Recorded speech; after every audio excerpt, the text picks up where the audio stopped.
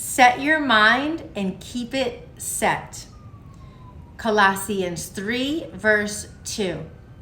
And set your minds and keep them set on what is above, the higher things, not on the things that are on the earth. Colossians 3, verse 2. Wet concrete can be moved with ease and it's very impressionable before it dries or sets. Stay with me. But once it does set, it is in place for good.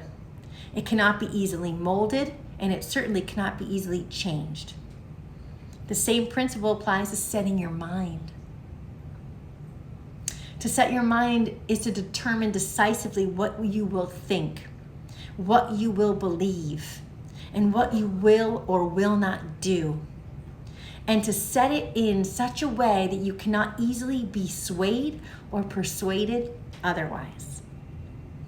Once you set your mind according to the truth of God's principles for a good life, you need to keep it set and not allow outside forces to reshape your thinking. To set your mind on godly things means to be firm in your decision to agree with God's ways of living, no matter who may try to convince you that you may be wrong. The Lord our God made me read the Bible many different ways. He also brought me many different things through the Holy Spirit to make sure that I knew every single specific verse, where it came from, who said it, and there's still so much more that I need to learn.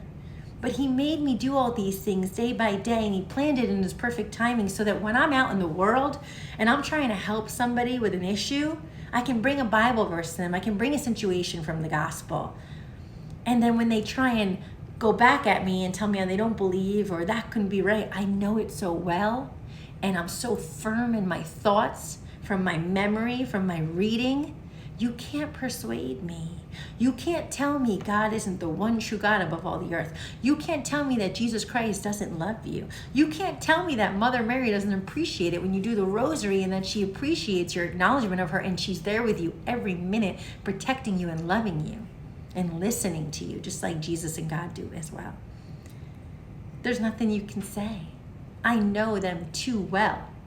I've taken too much time to reflect on the do's and the don'ts and the goods and the bads and the yes and the no's.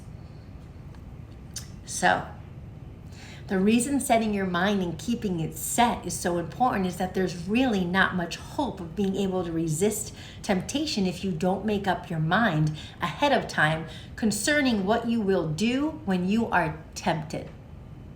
What are you going to do when you're tempted? You will be tempted. That's a fact of life. I've been tempted all my life. So, you need to think ahead of time about the situations that can pose problems for you. The people around me that could pose problems for me, I'm ready. But what about you? Because your life is not my life, and your path is not my path, and your situations are not my situations.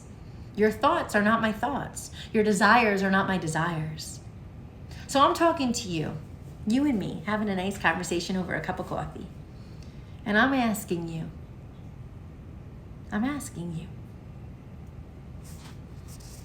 think ahead of time about the situations that can pose problems for you. If you wait until you are in the midst of a situation to decide whether or not you will stand firm, then you are sure to give up. You're sure to give up. Make up your mind ahead of time that you are going to go all the way through with God. Some people spend their entire lives starting and then quitting. They never follow through. They may set their minds, but when temptation comes, when things get difficult, they don't keep it set.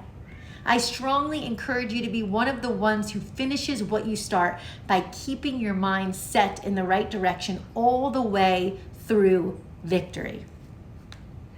When I decided to open up my Bible and I decided to truly and genuinely open it, every single day I opened it until I finished it.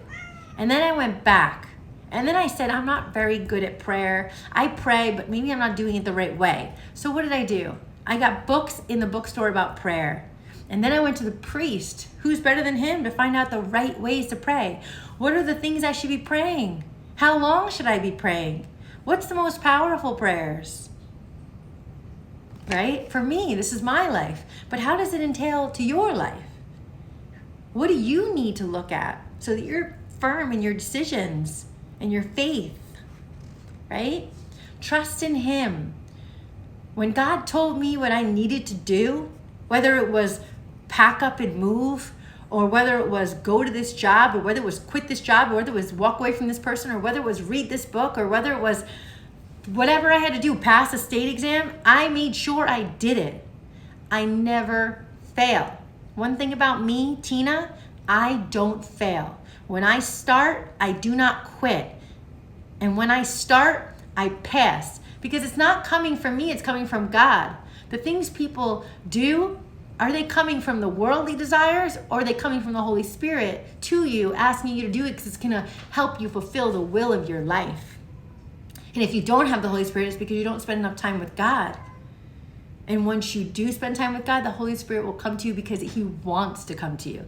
It's His pleasure for the Lord our God to breathe upon you and give you that Holy Spirit. And it's the best thing you can ever have. The best thing you can ever have. Your direct communion with God. So, trust in Him. Whatever challenges you the most, decide now, today, that you are going to set your mind for total victory. Trust God to give you the strength to follow Him. Follow Him. Release temptations. Go for the gold. And you will have peace and blessings and happiness.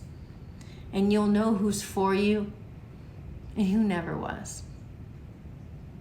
And you'll finally know the meaning of where you're going.